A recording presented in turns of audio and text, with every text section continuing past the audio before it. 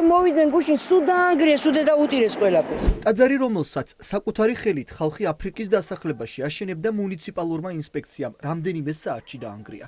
ადგილზე მისულ მოსახლეობას ასეთი შემზარავი სურათი დახვდათ. ხალხი მომხდარით შოკირებულია. ამბობენ, რომ სამლოცველოს ასაშენებლად კურთხევაც ჰქონდათ, მაგრამ ზედამხედველობის სამსახურის თანამშრომლებმა არავის მოусმინეს. აქ ნაშენებული იყო ტაძარი. ტრაქტორებმა დაანგრიეს თუ ხელით დაანგრიეს? ტრაქტორებმა დაანგრიეს.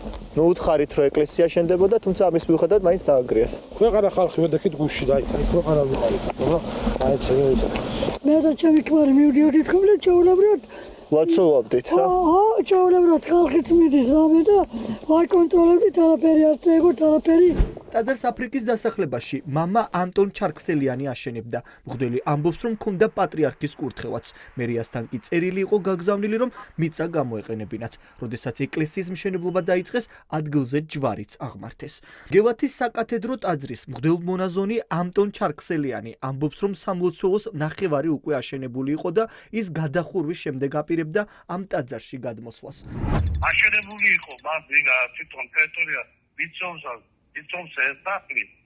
თორე გადახურვა უნდა დაეთქვით და შემოღობე რაღაცები გავაცროე მოვაცროება გადაღობავინა დღე-დღეზე ვაკეთებდი რა დამტკიცებული არ მქონდა მაგრამ კომისიაზე ანუ ჯვარი იდგა ამ ეკლესიასთან მამაო გარჩევადი იყო რა ეკლესია რა იქნება კურთხევით იყო აშენებული თუ თვითნებურად ხო არა აშენეთ კურთხევა პოდავე პატრიარქით გაგაძო პატრიარქი გევით ეს თილაზე დაქვია კომისია იყო ამადავეთი ვაბამეთ კომისარჯომენებ დამტკიცდა რომ აშენდეს ამ ტერიტორიაზე და მე აქედან იყო მიწერილი წერილი ბერიაში ხალხი ამბობს, რომ მერიის თანამშრომლებმა აფრიკის დასახლებაში 13 ნოემბერს ეკლესიასთან ერთად ადგილობრივების მიერ საცხოვრებლად აშენებული ოთახებიც დაანგრიეს. მერიამ არ გაითვალისწინა, რომ მოქალაქეებისთვის ეს ერთადერთი საცხოვრებელი იყო. საკადასტრო კოდი მინიჭებულია. ჩემი და არის 7 შვილის დედა და დაუნგრიეს სახლი. როგორ შეიძლება ეს?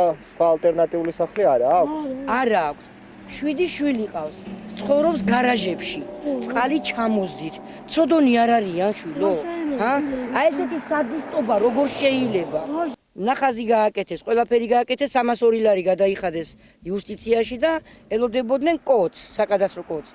მოვიდნენ გუშინ სულ დაანგრიეს.